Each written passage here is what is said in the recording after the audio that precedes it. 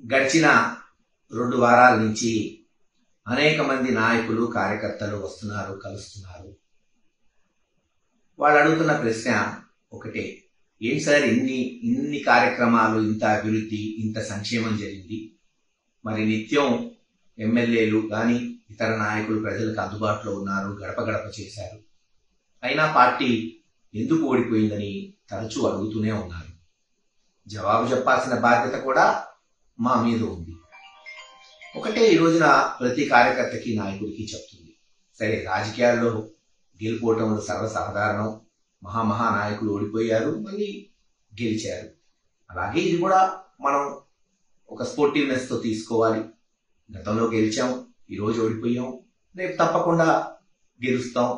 మనం మన బాధ్యతని, ప్రతిపక్ష బాధ్యతని మరి హుందాగా నిర్వర్తిస్తూ ప్రజల్లోకి పోయి ప్రజల తరఫున అధికార పక్షాన్ని ఎండగడుతూ ఉంటే తప్పకుండా ప్రజలు మనకు అవకాశం ఇస్తారు. కానీ ఈరోజు ఓడిపోవడానికి సరే అనేక మంది కార్యకర్తల నాయకులతో నేను మాట్లాడుతుంటే వాళ్ళు చెప్తున్న ఒక మేజర్గా 2-3 కారణాలు. సంక్షేమం బ్రహ్మాండంగా చేసింది ఈ ప్రభుత్వం, కానీ లోపాలు కనపడుతుందైతే ఉదాహరణకు మనం తీసుకుంటే లిక్కర్లో ప్రభుత్వానికి చెడ్డ పేరు వచ్చింది అనేది వాస్తవం. అనేక సార్లు మేము సజ్జల గారికి కానీ విజయసాయిరెడ్డి గారికి కానీ చెప్పడం జరిగింది, చెడ్డ పేరు వస్తుంది, దీన్ని మనం అధిగమించాలి అని.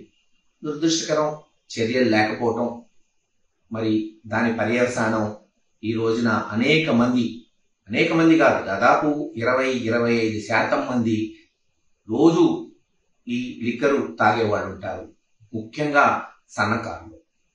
మరి వాళ్ళు ఏదైతే తెలుగుదేశం చేసిన దుష్ప్రచారం, నాసిరకం మందు, మరి ఇది పనికిరాని మందుని అత్యధిక ధరకి అమ్ముతున్నారని తెలుగుదేశం నాయకులు చేసిన ప్రచారాన్ని వాళ్ళు నమ్మారనే మనం ఈరోజు విశ్వసించాలి. అలాగే శాండ్ మీద ఆధారపడే వాళ్ళు, మరి ఎవరైతే కార్మికులు ఉన్నారో వాళ్ళు కూడా శాండ్ పాలసీ బాలేదు, వాళ్ళకి ఇంకా మెరుగైన పాలసీ కావాలని వాళ్ళు ఓట్లు వేశారనేది కూడా మనం నమ్మాల్సి వస్తుంది. ఇలా కార్మిక సంఘాల్లో మరీ ముఖ్యంగా ఎస్సీ, ఎస్టీ, బీసీ మైనారిటీల్లో లిక్కర్ ఒకటి, శాండ్ ఒకటి మనల్ని దెబ్బకొట్టుంటాయి. సరే తెలుగుదేశం చివరిలో చేసిన దుష్ప్రచారం, టైటిలింగ్ యాక్ట్ ఎంతో కొంత నష్టం చేసిందనే మనం మరి భావించాల్సి వస్తుంది.